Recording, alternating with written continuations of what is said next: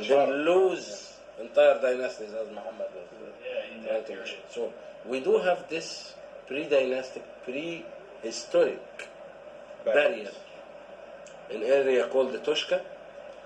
Probably it's flooded now with water, but probably. But they did these excavations, I think Americans did long time ago, and they have the photos in the Nubian Museum, so it is as official as it gets. Huh? And they say that they used carbon dating, the radiocarbon 14, for dating that site, and in this site they found also some of these vessels also. I have photos and stuff for it.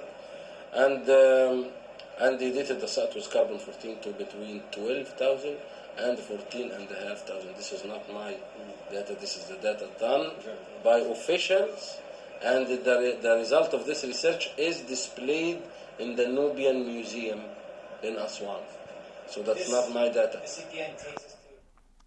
Nowadays we know for sure that the cultural evolution started in the Sudan at least in the 10th millennium BC, and comparable developments in the Egyptian Nile Valley had to wait for 5,000 years. This means the roots of pharaonic civilization, and therefore the roots of Greek and Roman and finally European civilization in general, lie in the north of the Sudan. Expert who's really studied the issue who disagree with it. That's the interesting thing about it. To the average person, there's a big controversy over whether the Egyptians were black.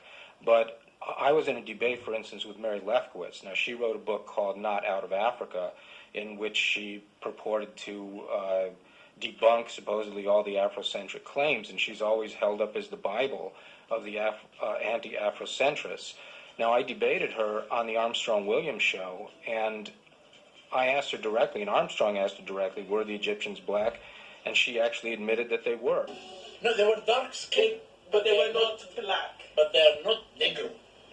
Because look at the lips of the Negroes like that, and the nose like this. It's not really the Egyptian origin at all. It's different, completely different.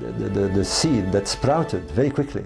There is a huge consensus here. I mean, there is most anthropologists now and most senior Egyptologists are accepting that there was a mistake, that the origins of the pharaoh, there was two theories, that either they came from the Asiatic and Levant side, the Mediterranean, or that they sprouted themselves. I mean, it just happened. Well, now the evidence is pointing entirely in a different direction. It's pointing to the west, to the sub-Saharan region, and even further. We think that the people that we're talking about came from probably the Chad. This man is a thief, and I don't want to talk to him. And I don't want his name to be mentioned. He's not academic. He is nothing. In academic world, we do not do ad hominem arguments. We do not debate the matter.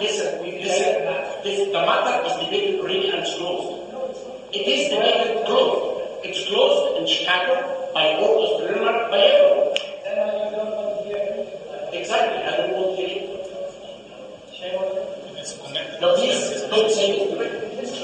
Don't say this word to me. It's a shame on you, not on me. You have an open discussion about all that. Don't talk to me. Please, go away from me.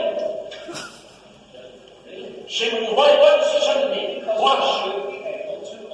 It's going to come from probably those who have a difficulty in stomaching the idea that civilization, the roots of civilization, is from a black people.